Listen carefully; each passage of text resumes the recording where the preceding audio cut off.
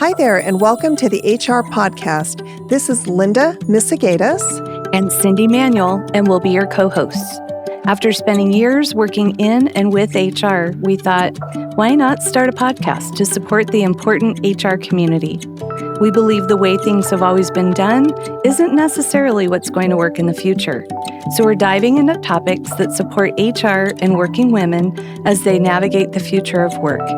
We're talking about professional growth and also how we can support each other as human beings. We can't wait to bring you insights from HR experts, thought leaders, and inspiring women who are making a real difference in their organization and communities. They'll share their journeys and tips on balancing work and life in a better way. We're excited to learn alongside you and hope you'll pick up some great takeaways from tips and tricks to worksheets that you can actually use in your daily life. So grab your favorite beverage or lace up your walking shoes and join us for the HR Her Resources podcast. Hey everyone, welcome to another episode of the Her Resources podcast. I am here with my incredible co-host Cyndi Manuel. How are you today, Cyndi? I'm doing well. It's a little chilly here. We got our first snow, and yes, the puppy is loving it. He had never seen snow before. The zoomies all around the backyard. He thought that was the greatest thing. Love it. Yeah, my dogs do not feel exactly the same way about it. They are like, nope, I think we'll pass on that. So, but eventually they'll make their way outside. So. Yes, well, we are joined today with our incredible guest, Fatima Nash. Welcome to the studio. Thank you all for having me. Pleasure to be here. Of course. And Linda, yes. I'm with you with the dogs. I do not do snow. I lived in Alaska when I was a kid, so I'm all snowed out. So I was pretty shocked to hear that you guys have snow already. It's probably going to be 75 degrees in Richmond, Virginia today. So. Oh, very nice. Yes, yes. Well, we usually get some snow by Halloween, and this year it was actually very nice on Halloween. So this is a little late for us to get our first snow, but we got quite a bit of snow, honestly, for our first snow too. So, wow. But yeah, we'll take it. Yes, absolutely. We needed the moisture, so we'll take that for sure. But well, let me let everybody know a little bit about Fatima. Fatima is a public sector technology delivery senior manager based out of Arlington, Virginia, in Accenture's North America talent and organization practice. Fatima leverages her skill sets within the areas of organizational effectiveness, project and transformational change to drive cross-industry collaboration to yield growth in the UKG Accenture public sector pipeline.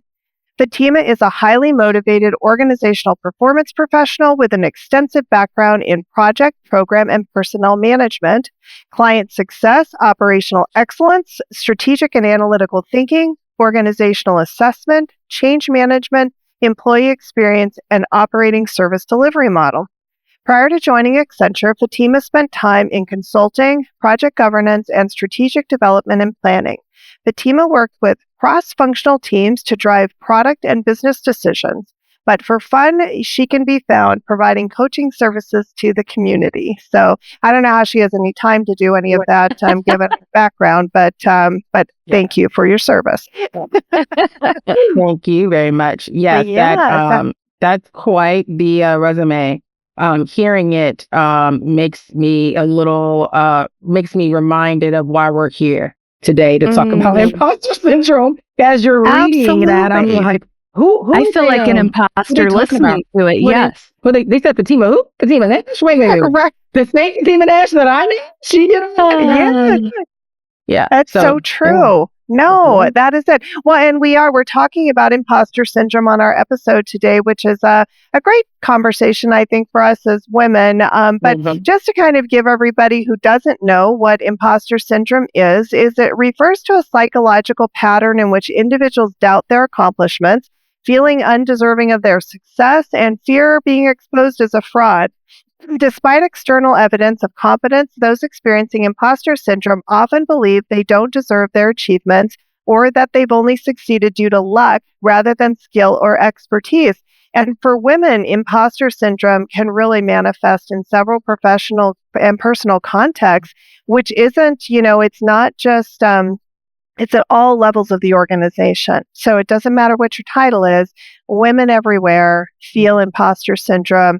And I think most of us feel it at some point in our life, right? I'll bet you couldn't talk to a woman out there who hasn't at some point felt the same way that I think we feel around imposter syndrome. So, yeah. And there's so many women I'm like, what? You feel like an imposter? And, right. and Fatima, when I think of you, you and I were able to work together for a while, and you're a force. But I love that you're so real too, Yeah. And I know I've felt like an imposter before. When you asked me to do this podcast with you, and I was like, who would ever think that Cyndi Manuel should be a co-host on a podcast? I Well, think Linda Misegadis did that too. that's right. No, absolutely. Well, Fatima, give us a little bit of your background beyond the resume. Like, talk to us a little bit, and why does this topic resonate for you? Well, I think it resonates with me because I didn't grow up in an environment where I had folks working in corporate America. I didn't grow up in an environment where, my, mom was the VP of such and such and such and such, right? And so as you continue to grow and explore and go through life, if you don't have that image of what that looks like, you kind of make it up as you go along. That doesn't mean that it's accurate, right? And so I was the first generation college student. So I didn't know how a college student was supposed to behave and what that looked like. I didn't have anybody. I didn't have any first cousins that went to college. I didn't have older siblings that went off to college. So everything was first. And so Cyndi, as you know, I am a little bit of a force, and I'm a little bit hard on myself, and I'm a huge self-competition. Like, you got to be better than you were yesterday. You got to level up. You got to keep going. Yes. And so when you put all that pressure on yourself without having the proper image or rule book to follow, then you just create these facades in your head, and you don't know for sure if you're accurate or not. And so when I think about having imposter syndrome, because I made it up, I didn't know I was making it up correctly. I didn't know what I was doing would yield the result. And so as I'm going through these challenges or going through life period, you start to question like, oh my goodness, what if Cyndi finds out that I actually suck at written communication? Cyndi and I worked on this huge change management campaign together years ago. And I was like, oh my God, I have all these great ideas, but I can't make it sound good. I can't make it look good. I can't bring it to life. And I remember distinctly thinking, like, she's giving me all these accolades, but she doesn't know. I don't know what I'm doing. Like, I'm there getting all these calls, and she's got her checklist ready, and she has got, Linda, like, and so it is even in those slices, right, where he just reflected about us working together, that I had imposter syndrome, and that wasn't that long ago. We're talking within the last 5 years that we worked together. Oh yeah. So that's recent. And so to me, I think for my journey, not having a proper self-image, not being able to identify with what that model look like, what good look like, what bad look like, make it up. And then when you make it up, that's all you have in your template, right? Those are your tools. That's what you're using to decide how you want to forward face to the world. And so it gives you fear and second guessing, and makes you think like, oh my goodness, someone's going to find out that I'm a loser and I don't know anything. All of those things are true, obviously, but that's what goes on. Yes. That's right. Absolutely. So what you were just referring to, it sounds like, in your mind, here's what you're going to do, and you're going to make it up as you go. And Linda and I have talked about this previously. When I went out on my own and started my own little baby firm, it was like building the plane as you're flying it. But I do sit there and think, oh my gosh, what will so-and-so think? What will so-and-so think? So do you think some of imposter syndrome deals with what you are thinking versus what people from the outside, so to speak, even people who care about you, right? Because I care about you. Like, I think the root, I'm no doctor by any means. I like to call myself a business coach, but I don't have a PhD. But it all stems from self-esteem for me and from what I see. It is not so much is my leadership going to find out that I don't know how to do X, Y, Z, or one day they're going to wake up and think like, oh my goodness, you don't deserve to be in this role. That's likely not to happen. But in our minds, I believe that we believe those things inside by not having the proper self-esteem, by not having the proper self-image. And so that the imposter syndrome to me is almost a symptom of the disease of having low self-esteem or having poor self-image. And so that's how I like to look at it, right? And so again, no doctor, but I've diagnosed this about myself because I'm extremely competitive and I'm a little vain and I'm a little selfish and I want to be perfect before they count me out of this world. And I know that's, again, not a reality, but I'm going to aim for it because to me, I'm still having to prove to myself that I'm not an imposter, that I'm meant to be here, that I'm meant to do these things, right? And so the other side of that is being humble and grateful and being appreciative of what you have. Because if you lack that appreciation, then you will constantly be thinking, I don't belong and I'm not supposed to be here because you're not looking at your blessings. You're not looking at what you've been able to accomplish. And I have learned the hard way that I don't look back. I don't smell the roses. I don't look and say, I did that. I was scared to do this. Then I was able to do it now so we could do it again. Like I teach that. I coach that. Don't put that internally. And so I think that the other half of kind of diagnosing the imposter syndrome has a lot to do with your acceptance of your gifts and accepting who you are. And doing some self-reflection. And just saying, you know what? I did the hard thing and I am proud that I did the hard thing. Celebrating before you move on to the next thing. Absolutely. Which is hard. I mean, we're all women and we want to, continue to keep going and keep going. So, and on that vein, I thought about this morning as I was thinking through some of the points that I wanted to make with you ladies today. Imposter syndrome also plays a role in your home as a mom, from my perspective. Because I have a son, my firstborn. He has spent the last 11 months away at school. And when he doesn't call, when he doesn't come home, and I check his location like every 15 minutes because I'm crazy. And I immediately go, what did I do? I must be not the greatest mom, right? He found out. That's what it is. He went to school. He found a group of friends that have better moms. And I am not a good mom. That's why he's driving past my house and not coming home, right? Right. But that's not the reality, right? It's because you care so much about that role, right? That's my favorite role. It's my favorite. Yeah. No, it's true. And they do say that imposter syndrome really disproportionately affects women due to a range of societal, cultural, and workplace factors that reinforce self-doubt and create environments where women feel the need to overcompensate or understate their achievements. Because how many times has somebody come to you and said, Fatima, you did such a remarkable job on that project. I can't even believe how great you did.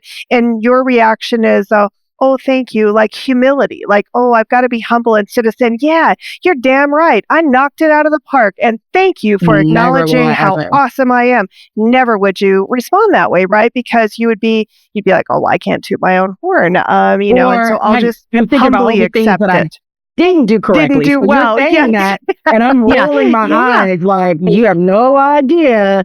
I was playing last night trying to get this deck out. You don't know. Sometimes me and PowerPoint don't work well together. You're giving me all these accolades. I really, and so a lot of that, again, is not being in your own skin and not really appreciating your efforts as a woman. As a woman, and men too, I don't want to leave the men out, but as a woman, we have such a responsibility as nurturers across all facets of our life. It's not just at home. And so you expect for a woman to show up as a woman to work and not, and I don't mean to offend anyone, genetically or, all of that, but the nurturing side of being a woman in the workplace, you have that facade. You can't take it off. I can't undo my femininity. I can't undo my need when someone has an ouchie to say, oh my gosh, how did that happen? Let's figure it out together. And I'm talking to people in their 60s. You can't do that. Right. But as a mom, that's how I'm showing up. But then I also show up with all my mom baggage too. Like, oh, maybe I should have had a little bit more time in that one-on-one with that person. Maybe I should have went the extra mile. Now I'm feeling guilty because, it's just that full cycle. So always that real. Yes. It is real. Yeah. It is a real. Yes. Over and over Absolutely. and over. Yeah. No, So, it's very true. Yeah. Well, and I think, there's the cultural narratives of women needing to do it all.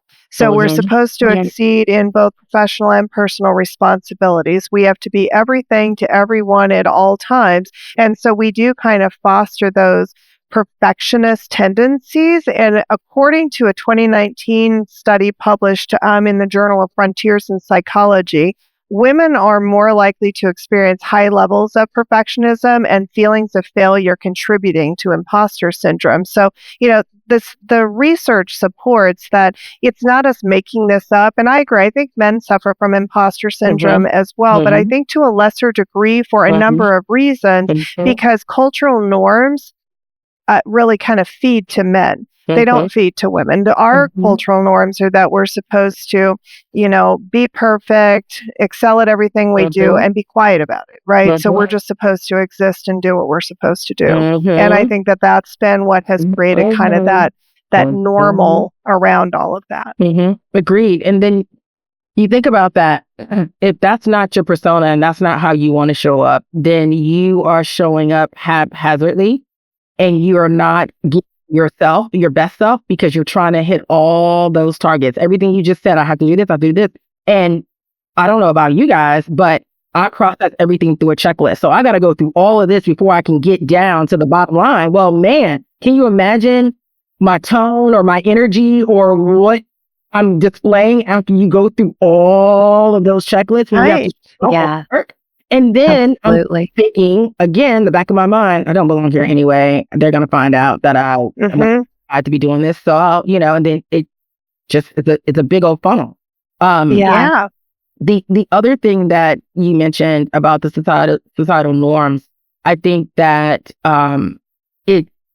for me, in the state that I am in my career, and I've been extremely fortunate. I had the greatest leaders. I have two great leaders at Accenture, and I have a whole host of mentors and champions in and outside of Accenture. My second home is UKG. You guys know that. And so I have near and dear relationships.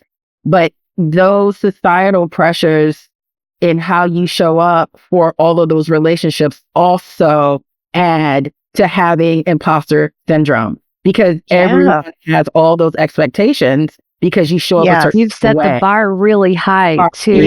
If you're a woman and you're an overachiever and you're excelling to the top and you're doing all these things, you set the bar really high. And as a Black woman in corporate America, I've had great role models.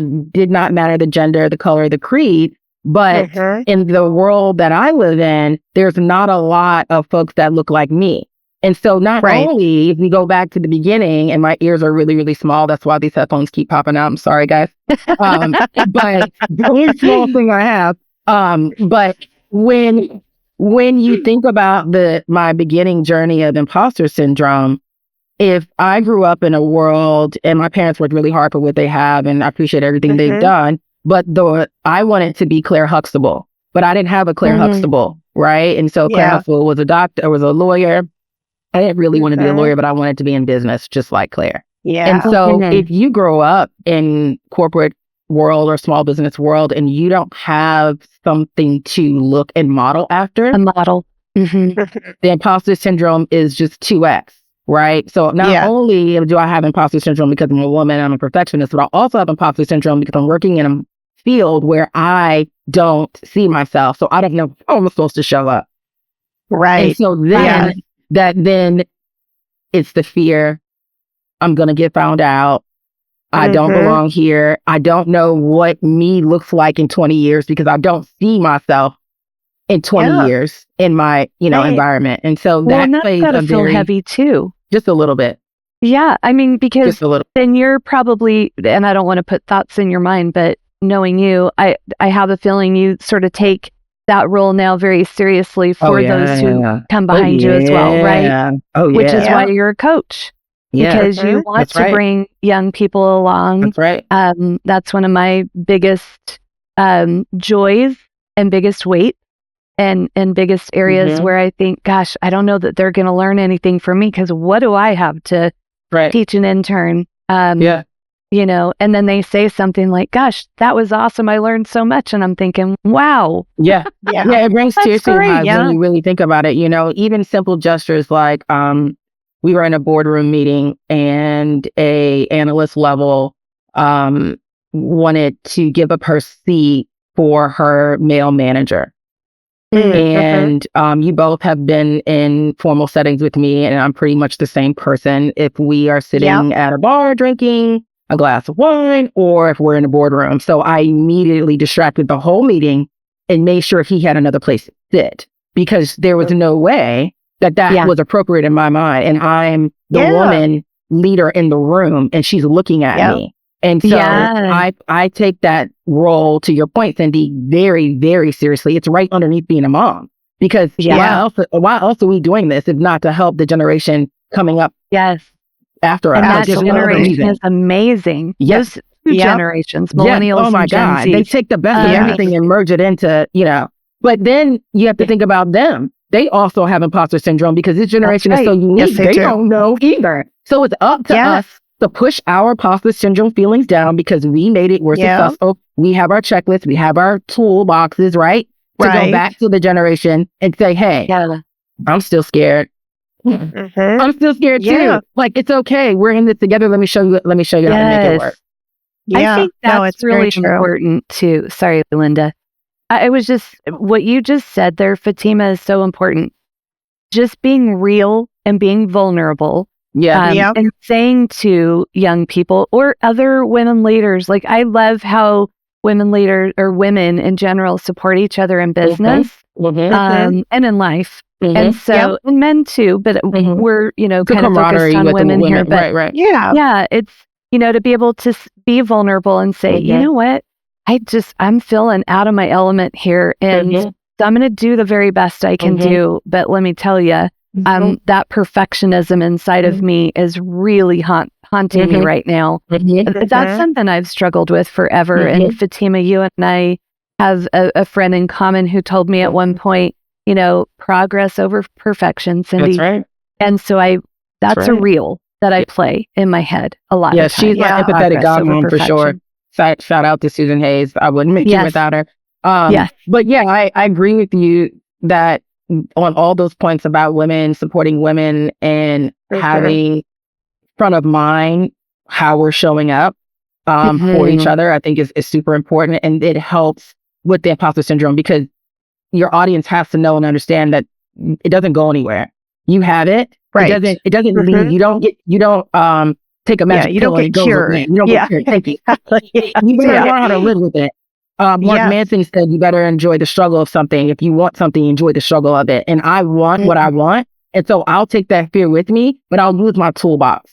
And now that I'm in my mid 40s, I have toolbox, and I'm a little bit wiser than I was. But I'm able to pull out of that toolbox and say, I remember when you weren't able to do this, and now look at you. I remember when, like, you almost have to keep like a little yearbook of your accomplishments, right? Seriously. Like, let me go back to when Cyndi and I worked together, and I was nervous about that first change management campaign, and then I did like 12 after. And now look. Right? And honor the journey. Thank you. Honor the journey. Just like we honor the journey, their progress, we have to do that. And so again, audience, you won't get cured, but you start building your toolbox and you use your tools, and it helps you soothe it. It doesn't remove it, but it helps you soothe those feelings so that you won't hold yourself hostage, so that you can move forward, so that you can be successful. So please keep that in mind. No. Can I love that. Oh, go sorry, ahead, Cyndi. Linda. I was just going to say, can I just tell you guys just one little, and it seems a little bit silly, but it actually works. So I'll just share it here, because whatever, to your point, Fatima, tools you can put into your toolbox, or not. Somebody told me a long time ago, stand in front of a mirror and do the Wonder Woman pose, before you have a meeting that you're intimidated by, before you get in front of a crowd, before you embark on something that makes you feel like an imposter, and just breathe, but do that Wonder Woman pose, and it's going to help. And it sort of almost channels that nervous energy into like, I got this. I got this. I like that. Yeah. No, I think that's really good advice. Well, and just kind of along the lines of what you've been talking about, Fatima, there was a McKinsey and leanin.org report back in 2021 that found women, particularly women of color, are less likely to be promoted to managerial positions despite being just as qualified, which also contributes to then that self-doubt in your abilities. And so to your point in all of that is that, it's not only just enough to carry around the imposter syndrome, that we're women. You are also a woman of color, which probably puts even more pressure on you, knowing that you need to feel like you've got to set this bar really high so that you can also help other young women of color who are coming forward into the work world and trying to find their way and their path. And that creates a little bit of pressure on you as well, I'm sure, because you probably feel this desire to want to set the stage to maybe make it a little bit easier for them than it was for you, perhaps. So 100%. And so it's so interesting you bring that up. Because I had a conversation with, and if I say her name, she'll be totally embarrassed. I won't. She manages me. She is a team member that I've had on my team for a long time, and she manages up and tells me how it is. And she's younger, and so sometimes a little bit humbling. And we talk about imposter syndrome, and we had a impromptu imposter syndrome type conversation this morning. And she made me realize something, and hopefully I won't need Kleenex. But she said, in the same vein that you're talking, Linda, about being a person of color in business, there are many other leaders that are decision makers that also have not seen people of color in business. Yeah. So we have to take a moment, and believe me, it's a humbling moment, to think about, well, maybe there's not enough people that represent me in this space that we're in. So maybe you don't understand my language, my culture, how I go about doing things. And so maybe not just I'm being looked over for a role, I'm not being staffed on a project. Maybe it is your inexperience with people that may look like me. And so that's hard to follow, but I can't change this. This is not going to it's who you are. It's who I am. So I can go against it. That doesn't work, I'll tell you. And I still lose. You have to go with the grain. You have to meet people where you are, but then you have to take that imposter syndrome and push it away, because you can't have imposter syndrome while you're trying to prove to people that you're qualified for doing what you need to do, because then it turns out to be a mess. They've done that a lot of times. They can't find, how come me? And no one listens to that, people. No, they don't. You rise above, push your feelings down, and execute the best way that you can for yourself. Not for the other person, what they think, but for what you think. And it's really hard, and I could not feel that way or even say these words 15 years ago. Yeah. But it's because of my checklist. It's because of my toolbox. I want people, it's kind of a fun game, Cyndi, when you think that I'm not going to win. Oh, wow. Let me prove you wrong. Prove you right. Challenge in the most blended, successful way, where your pockets get lined and so do mine. And we don't ever have to talk about that you second guess me, because we're going to win together. And that is honestly, that is the approach that I have to have, because if I go against it, it will not work for anyone. And high emotional intelligence. Yeah. Would you say at the end of the day, right? And then these other people, the person that you were talking about just now, that, okay, I tried it. It worked for me. Give it a try. And you're then. Yeah. That's right. No, it's true. That's amazing. Well, And they do say that women who experience imposter syndrome, a lot of times they will avoid seeking promotions or challenging projects. They'll underestimate their worth during salary negotiations. They experience chronic anxiety, stress, or burnout, and they hesitate to take on leadership roles, stalling their own career progression. Agreed. And all of that, to your point, Fatima, nobody feels sorry for you in any of that, right? So you can't come to it and say, poor me, boo-hoo, I chose to allow this to be in control of me instead of me being in control of it. And nobody's going to feel bad for you because they're going to say, well, that's your fault, Linda, because you could have done this. You could have done, made these decisions. You chose not to. And so I think it's a hard balance, I think, for women because we can't play the victim card, right? Because that doesn't help us and makes it even worse. But you've got to be able to learn to rise above it. Doesn't mean you're not going to still have all of those feelings, right? You're still going to feel maybe that you're not good enough, strong enough, smart enough, whatever that is. But we have to be in control of the situation instead of letting the situation control us, right? Yeah. And how I do that, and I'm not saying that it's easy, I'm saying I do it all the time, but I literally have a toolbox image in my head. And I literally go back to that toolbox and I pull out things because my brain is going 1,000 miles an hour telling me that I don't need to be here. But if I can go back and say, look at what you've done. What can I do? Look at what you can do. Then you focus on that. All the other stuff is just distraction. It doesn't matter. Right. You just keep going. Because if you know in your heart that you can do X, Y, Z, it doesn't matter that Linda said you can't. Like, if you know that you have the ability, the competency, experience, then that's all that matters. And I know it's so hard because you look at your employer like, oh, let's almost like secondary parents. Oh, reward me. I'm doing a good girl. Look at all the things. Yes. No.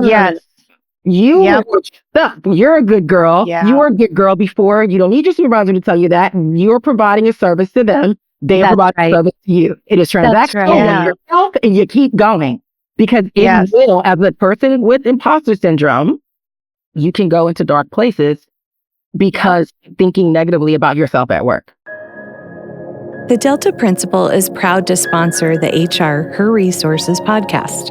If your organization is embarking on a digital transformation or navigating organizational change, the Delta Principal is here to support you. With over 17 years of expertise in organizational change management, we're eager to collaborate, educate, and partner with you to ensure a successful transformation. We now also offer personalized change management coaching and classes tailored for employees on navigating change and for leaders on effectively leading change. Please reach out to us by emailing info at thedeltaprincipal.com. And please follow us on LinkedIn. Thanks to the HR Podcast.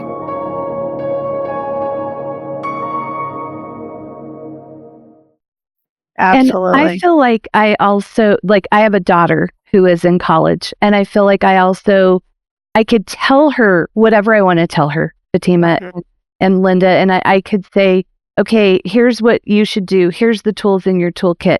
She's going to get the most out of me sharing with her. I went into this meeting today. I was so nervous. And guess what happened? And then it's modeling that, okay, but I did it anyway. You're modeling the vulnerability. You're modeling the communication of saying, because after this is communication, right? Like, let me just get this out because it's probably not that bad in my head, but if I could just say it to somebody. Here's my story. Yeah, you're telling her, you're showing her, and then she gets to see the result. I agree. I have the privilege, sometimes it's a horror story of working from home with a middle school child. And so sometimes there's no knocking at the door. Sometimes there's loud music coming from weird places and I'm on calls and all types of things. But the best thing about the experience when I'm not traveling and am working from home is that he gets to experience mom at work. And so when he's like, what's wrong with you? And I'm like, I just got a little sick because I have a presentation. He's like, you got this impossible. You the best of blah, blah, blah, blah. And I'm like, Thank you. Yes, yes, I am. Right?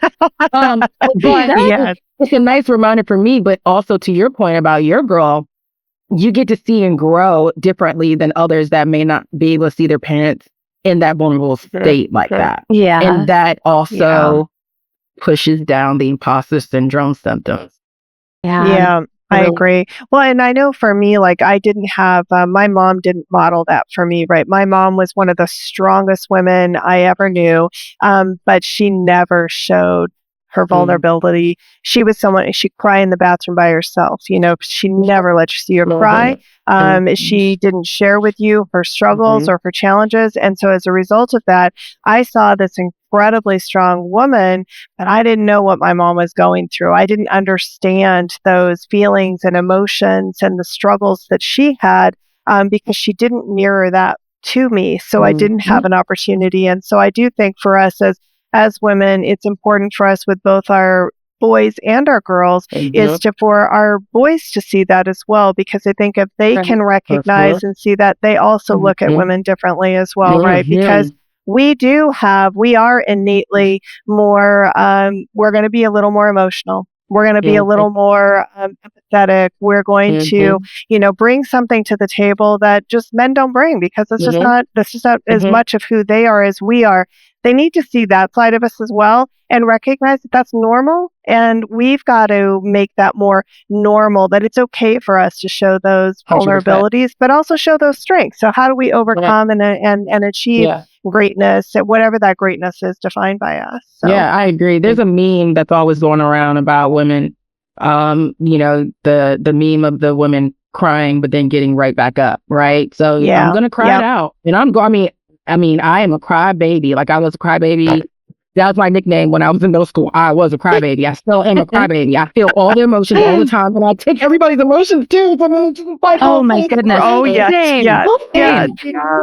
I cannot allow you to cry by yourself. Oh, that's right. Gotta absorb it all, right? Yeah. But it's also the fierceness that I have after I cry, because I process that off and I'm ready. I'm ready. Yes. So I don't want people to always assume the women crying is a damsel in distress. Yes. And, I'm just processing, baby. Like I'm getting ready. I'm getting ready to do something, And I love that. I, as a child, was told to stop crying all the time. And that shut my processing down, because that's how I was processing. And so now I cry and meditate. I cry and write. I cry and draw. I can't really write still, guys, and I can't really draw. But I still do those things because they make me feel good on the inside. But it allows me to process, so that I'm not going to my husband crying and screaming, "Oh my God, you didn't take the," because that's not like, he needs to get to the part where Fatima's actionable, not where Fatima's processing her emotions, right? And so that's something, that I've learned as well. Having imposter syndrome, you don't see yourself the way other people see you. And so when people have to show you your mirror, you're like, woo-wee, that was not nice. Yeah. So it all comes full circle. Self-image, imposter syndrome. When back to your point, what I heard there as far as like actionable things that we can all do is process it however that looks for you. It's okay. Process vulnerable, be comfortable enough in your own skin to process through, then figure out, okay, what am I going to do next? Because that action then creates clarity, which then creates confidence, which, the more you can do those things, more tools in your toolkit. Your self-esteem goes up in the arena, right? Like whatever that is. That doesn't mean that your self-esteem goes up across everything, because I got to tell you, it's like this. It's not going to be like this. It depends on the day. Right. And it depends on the day. It depends on a whole lot of things, right? Like, so yeah, I mean, we just have, as women and as folks who struggle with imposter syndrome, it's just really important to practice self-care and really, really love yourself and really talk good things to yourself. Because you only have one internal voice, right? Like you can't take somebody else's voice and put it in your head. That's their opinion, their thoughts. You have to self-love and good talk to yourself. Like, you do. I agree. It sounds crazy, but you have to.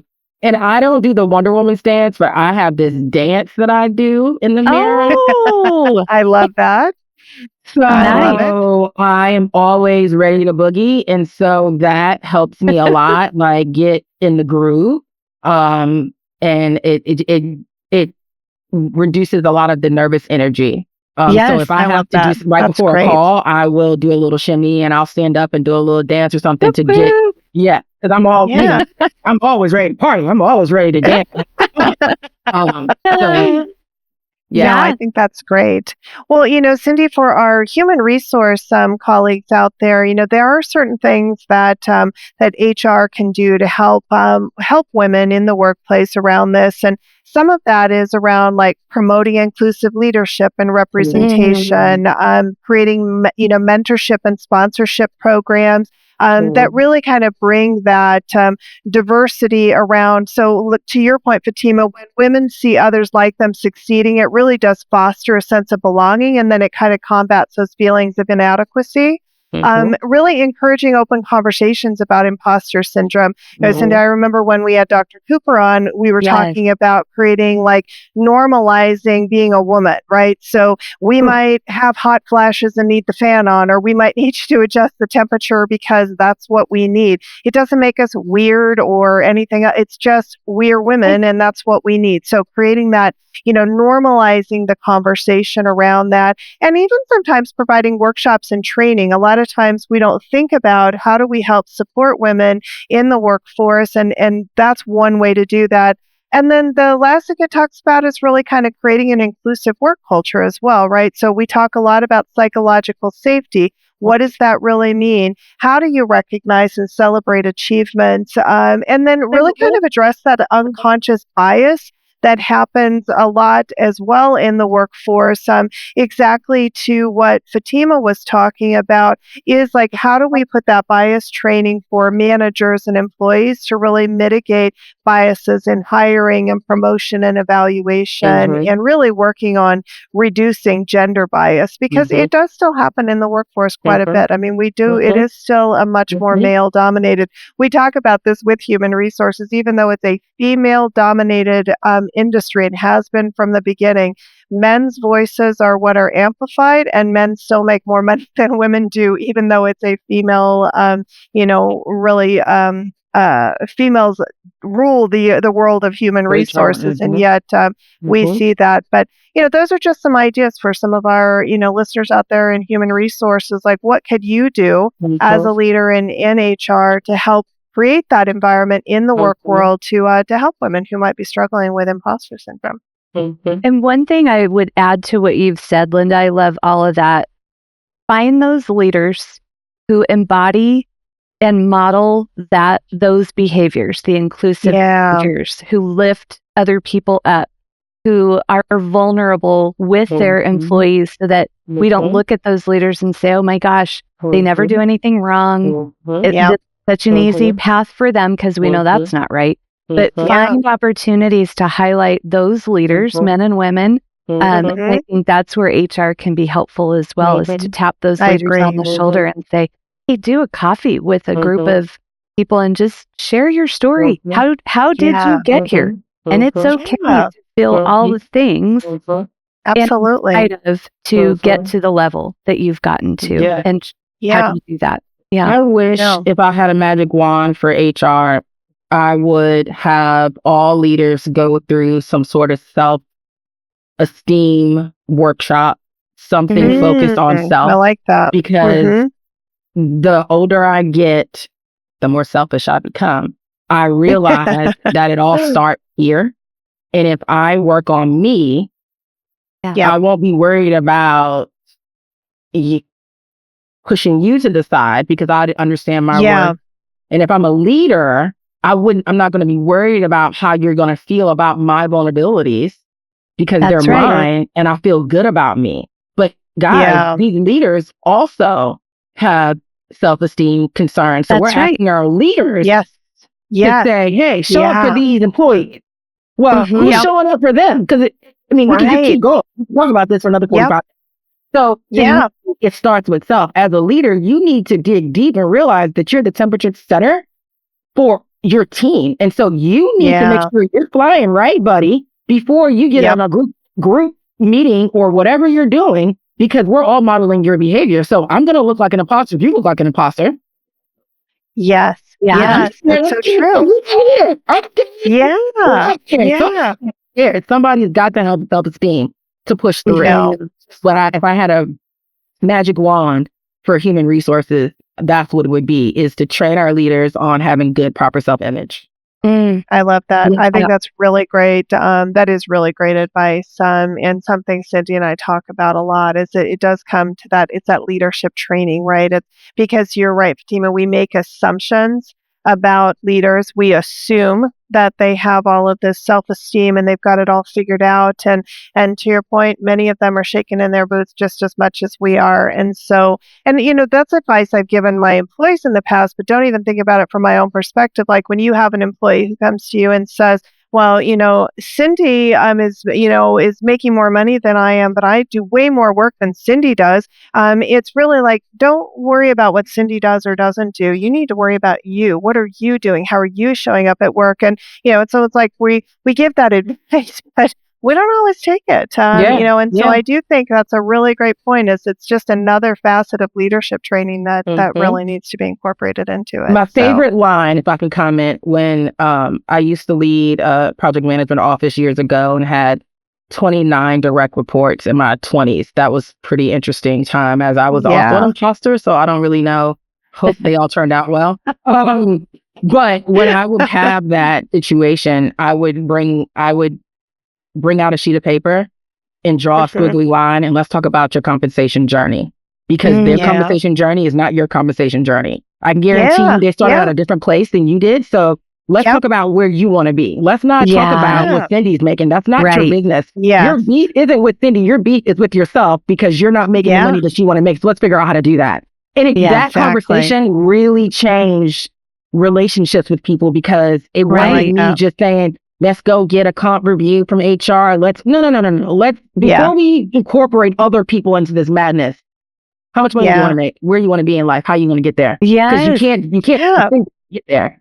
And so that type of leadership is very, I'm intense, and it's probably not good for everyone, but I've had success having those type of conversations. I love that. And that's actually a rare leadership style. And I think you're right. I mean, we need to see more of that in the workplace today, is that type of proactive leadership and really kind of helping on the journey. So we can empathize with their situation, but at the end of the day, no matter what we do, it's it's in their control, right? They need to be responsible for themselves. So, really great advice. Love it. Well, Fatima, we could talk to you all day long. For sure. Yes. No, this has been so wonderful. Yeah, we will definitely have you back. We would love to do that for sure. Do you have any final thoughts you want to leave our listeners with today? Thank you for listening. Hope that you learned something. I'm always up for a business chat. So if you guys see this and you want to inbox me on LinkedIn, please do. I do have a little bit of business coaching that I do on the side. And so if anyone is interested in having conversations about how to build your self-esteem, how to be yourself at work, how to work on your story, please do reach out to me. I love talking to people about their journey. It's the thing that makes me most happy. I mean, seeing my children. But the second thing is helping people discover their journey and making them who they want to be is my favorite thing to do in life. So happy to help. That. We'll put your contact information in the show notes, LinkedIn. Yeah, definitely. No, for sure. Well, thank you, everyone. Thank you, Cyndi. It was so wonderful to be here with you again. Fatima, thank you so much. And to all of our listeners out there, we hope that you enjoyed this episode, and we'll look forward to seeing you next time. Thanks so much for joining us for this episode of the HR Her Resources podcast. We're so happy to have you with us on this journey. Music and production by Logan Misegadis of LJM Productions.